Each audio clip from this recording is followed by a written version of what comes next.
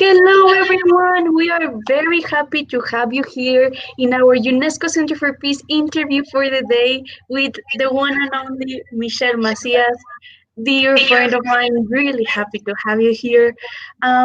Michelle, as part of her professional experiences, Goodwill Global Ambassador for Mexico. She is also UN representative for Latin America and the Caribbean, and she is constantly working for peace advocacy, feminism, gender equality, and the sustainable development goals. Mitch, it is an honor to have you here. It is an honor to be here. And thanks for the audience that's watching. And thanks for offering this platform, I'm very, very proud of you as a friend. And congratulations for that. I'm happy to be here. Thank you for having me. No, thank you. It's really, really special to have you here. Also, you as part of this UNESCO Center for Peace team. It is just a blast to have you here. So, to keep this more as a conversation rather than an interview, let's start. So, All right.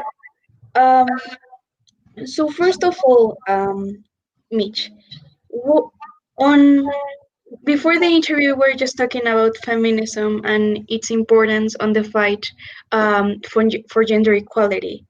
And on those matters, just generally, why feminism? Why do we have to believe in such a movement when people think that it is about men hating and that we do not like men and that we are just crazy girls and women trying to achieve something that is impossible? I mean, it's just, for me, it is very crazy how we are still fighting for our rights nowadays. As it is like a crazy topic to really discuss on because it's like, aren't we allowed to have human rights and same access to the same opportunities? Why is that even a conversation nowadays? And why are people against that? So one of my very like hard theories is that it's because it's not of general knowledge that feminism or women's right movement or like the whole gender equality advocacy movement benefits everyone, not just women and girls, but or the LGBTQIA plus community, but it does benefit men to break those stereotypes that they have been oppressed with by the whole system, like the typical men can cry, men have to be strong and do this and that. Those stereotypes really marginalize all the potential possibilities that men can actually do, and how can they express their feelings or their art or all these amazing things that we all as human beings are capable of. Why are we limiting ourselves just because of belief system?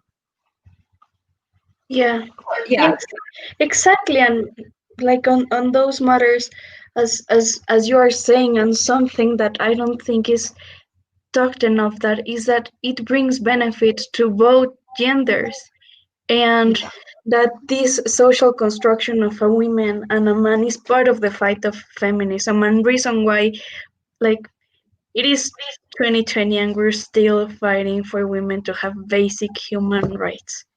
Right? That is so crazy when they ask me like, why are you fighting for this? I'm like, what? Why? Why not? I'm allowed to have rights, We are humans. We have rights. That's basic needs. Yeah, and also on that matter, and a topic that has been taken on my sleep, um, the fact that first of all, we have had the idea that every single woman is a feminist, and we have to be clear that those words are not synonyms. And also, also, like on the matter of the use of this language and how we have these stereotypes that really affect the movement and makes it again about men and about patriarchy. What do you think about it? There's a lot of things because, I know, I understand how it's been very stigmatized the wording, because feminism, like generally I have heard lots of discussions about how feminism it's the counterpart of how do you say it in English, machism? Is that even a word in English? Yeah. So how it's that counterpart, like machism is oppressing and blah blah blah. So feminism should be like the female part of oppressing men. And it has been very there's not enough education around these topics, either like in schools, where we should know that feminism it's a movement for allowing everyone to have the same opportunities and access to the rights, especially women that have been oppressed as because of gender, and also bring gender equality. So how is that, the counterpart of the fascism movement? It doesn't make sense, but it is related to the wording and how do we express our language, how we communicate things, and yeah, definitely not all women should be feminist, but not all women are feminist. So that's Exactly. the sad part, and we shouldn't just relate that because you're a woman or a girl, like immediately that makes you a feminist because you're fighting for your gender. That's not the case. And you know the reality in Mexico, it's not the case either here as a country, because we are living in a same patriarchic system where it allows everyone, every gender, to grow into a very dominative and oppressive system that leaves everyone behind and makes every other group vulnerable that are not men as it is. Yeah. Yeah, exactly. Yeah, and also on those matters, one thing that has been put into conflict is the idea of men being feminists and being able to go to the marches and being part of the movement, like they do post on social media. They have various ways um, of doing so. Um, for example, asking for equal pay. Like there's way different paths for them to participate. But on that matter, what do you think well, first of all, what do you think should be the name for a man that's feminist? Just feminist or ally of feminism? And or do you think that the most important point is for them to really defend the movement in such a way that they promote the empowerment of women as it is, which is what the movement is seeking for? Well, I would say it's a little bit tricky, but because it comes back to how we communicate things and, the right way to say things. And as it is, I believe that sort of limits how can we really engage men into the conversation, because everyone is allowed to be a feminist. You just have to be aware and educate yourself on respecting everyone's rights, regardless gender. As simple as that. So yeah, men can be feminists and allies of feminist movement, but like really be aware of the feminist movement not leaving men behind, because if we don't engage the 50% of the population in this conversation, we're not going to achieve gender equality, nor by 2030 or ever, because we are, like, if we do that as feminists, we are leaving half of the population behind. And what we want is to be inclusive and really include everyone to respect rights, regardless gender. So I feel that's a conversation that literally includes us all. Exactly. Yeah, and well, one experience that you have had is being a delegate at the Commission on the Status of Women in 2019 and almost in 2020, but due to Corona, we had to stay home. Um, but on those matters, it's really evident, even when you go to the United Nations, which is like the pinnacle and this idealized image that we have of gender equality, when you go to those forums, most of the participants are women. Yeah, yeah. That has been a topic like really on the core of the discussion. That are we really being like, are we really inviting everyone or educating everyone to participate at these topics? Because they assume that because it's, I know it's CSW, it's fostered by UN Women, and it's about gender equality, but it's also about women's rights. And people tend to assume, even here in the country, like, okay, so this is a forum for women only. We should, if we have a delegation or an NGO that's represented at the UN ECOSOC consultative status, like we should just send women because it's a women forum. That's like the general assumption. And you go to the CSW and you see like it's a beautiful sisterhood. I won't lie, because it's so empowering to see how far all of us have gotten to. Like, really, you get the feeling of, wow, this is ideal. Like having that many women in powerful places sharing their voices, it's a really strong feeling. But also you're like, where are the men at? Like, men should watch this and get these feelings, get this vibration, get that chip on to really change things. So I know why it's a general assumption of, oh, it's a panel for women, we should just send women. But it has to do a lot on with education. It's not only about like we need to engage everyone in the conversation if we're getting somewhere. Yes, yes, exactly. And like the thing is that when you go, for example, to join women, when you go to CSW, most of participants are women. But you go to a general assembly, you go to an ECOSOC, to a security council, and the minority, not even half, and not even a third, the minority of participants are women. And Exactly. and we lack this image of women being represented, and we're talking about a sex, uh, a Gender. given characteristic that we're not we're not even fully represented. One of the things that has made me really happy is that on the secretariat, the deputy secretary general is a woman, Amina Mohammed, totally admirable.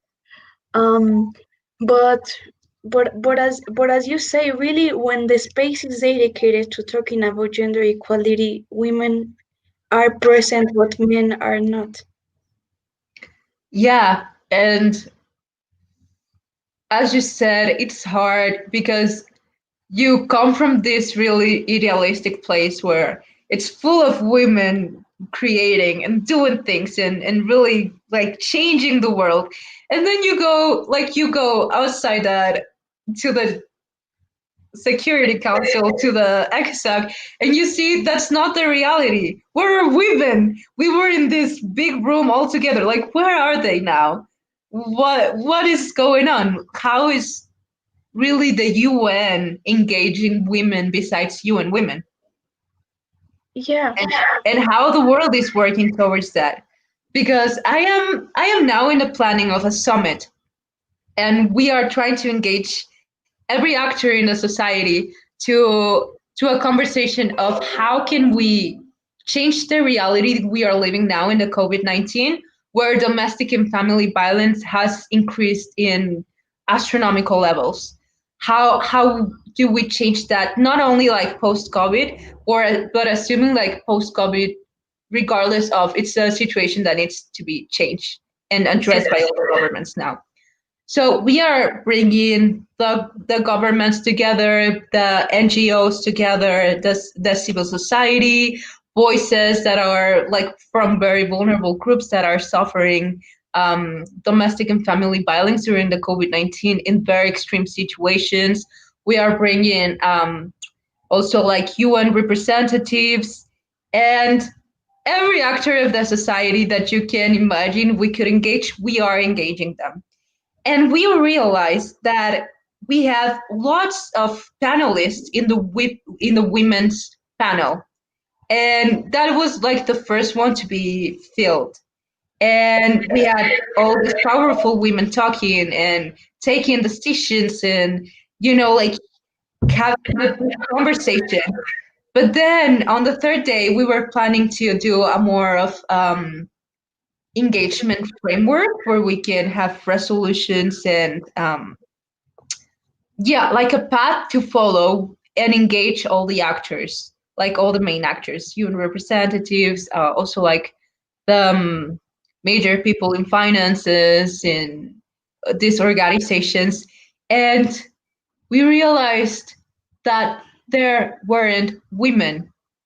Like women were representatives at the whole like 2 days panels, but at the third day where the decisions were to be made, they weren't represented. And that is one of the biggest issues we are facing now. Like how we can't do this. We can't have a panel where women are so empowered and taking decisions, but when the decision is being made, we have men making the decisions. And I think that's one of the things that I realize that in the practice, but I also see how the world is operating by empowering women, but at the end where the decision is made, they're not engaging women. Yeah. Yes, you say we are in such a way being more inclusive with women in spaces like in the more in a framework which is more related to the administrative work, but not really in a decision making where really that previous effort comes into action. Yeah. And I see how that has affected globally. Like, yeah, it kind of sticks in the talking process and not really in the action process. So that's certainly upsetting. But I mean, we are working and walking towards this whole process of making the world a better place. So we still have a lot of work to do regarding gender equality. Yes, yes, and on those matters, well, actually, two people came to mind. First one was Emma Watson. She has a really famous quote in which she says that if you believe in gender equality, you are a feminist. Like, sorry, you're a feminist. And second one, and this is a really progressive woman that has changed the political framework of the United States, which is, as you may imagine, Alexandria Ocasio-Cortez. And when she won her first election, she was having a call with the other participants of the movement in not using corporate PAC money for their election process and neither during their time in office. And she said that it was needed for 1,000 of them to try it just for one to get in. And that has been the constant struggle of women. And on those matters, I think it's also really important to mention how we have made an advancement, but how it is still not enough. Mm-mm. It is like you can see it like just in the national law, like talking about the United Nations, the representatives are appointed by the government. And there is a very good reason why the governments are not appointing women. And Exactly. because of just being, and that's the reality. But on that matter, and this is what I wanted to come from, you have opened, well, at least opened me to the whole spectrum of civil society and the impact and how its importance has been increasing dramatically over the last few years. So, on that matter, Mitch, talk us a little bit about the role of civil society in the achievement of gender equality. Well, I feel like it's the most important role in achieving gender equality because it's where the grassroots level change really happens. It's in those conversations we have with our parents, in those conversations we have with our pals or classmates or like civil society organizations, NGOs, is where the change is really happening in our daily activities, in our daily speeches, in our daily platforms, even like in social, something as simple as social media can be pressing enough for the international platform to do something about it. So nowadays, you can point, like literally point out something that's wrong, and you are being heard from like millions of people can hear that and resonate with that and press into that for change. So you can even see that on TV. Like some of the things that were funny back in days, like now they're like canceled. They can even make fun of or do jokes that are wrong, and now we understand they're wrong. We understand why are they wrong, and it's not funny anymore. So I do believe like civil society is changing things for the good, and we are the most, like you said, the presence of civil society has arisen a lot. And you can even see the governments being afraid of that, the companies being afraid of that, even the United Nations being afraid of that. Like, we are really, really addressing very, very important issues that need to be changed now. Like, we don't have till 2030 to change things for people to respect my rights and not kill me while I'm walking on the street. That shouldn't be happening. Yes. And we are the ones that are stop that, like we are the ones responsible for stopping that to happen.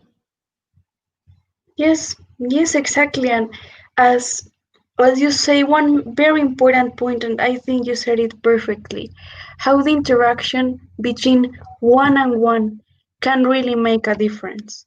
And how even when we do not realize, sharing these ideas, sharing our thoughts, what we believe in is really important for the movement to grow and to dare to share it. And we know that it is not an easy choice, but overall, the effects and the positive changes that it brings are unimaginable. Exactly. And I mean, that for me is amazing because it really restores the dignity and the power for every one of us. The power that you individually have, and how can you make change happen, and how is that being restored to you? It's amazing. And it's powerful. We are powerful beyond measure, and we are demonstrating that day by day.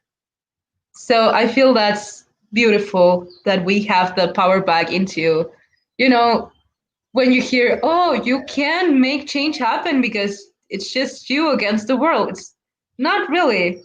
And if it's me against the world, I feel like I have the power. Exactly. That's just the quote. That's it. Well, so far, I guess. Yeah, no, but I think that's the important point. And in spaces like UNESCO Center for Peace, you realize how really that network of people is one of the best things that you can work on and put time, effort, sweat, tears, smiles, laughs into it.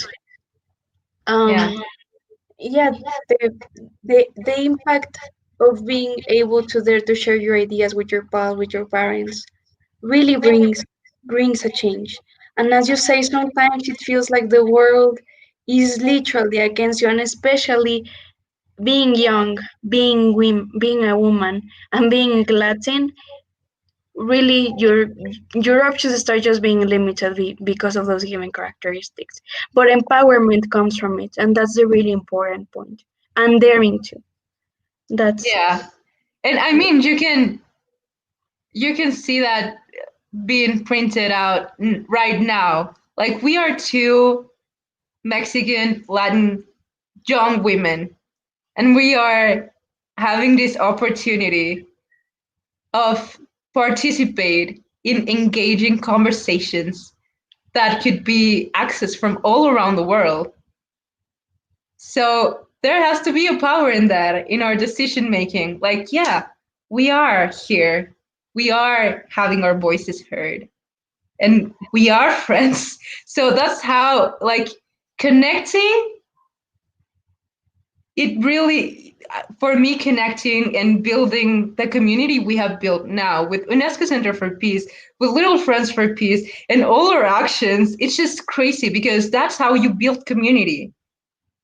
It's not from the higher levels, like you actually have to be experiencing it from the grassroots levels, from the crowd, with your friends, engaging them into creating beautiful things like this. So Yeah, thank you. Thank you yeah, for and being amazing. going from those grassroots to the top, and that's the But objective. yeah, and Well, now that's exactly how it plasmates the community building in the civil society action and how it can really change things in the higher levels. exactly.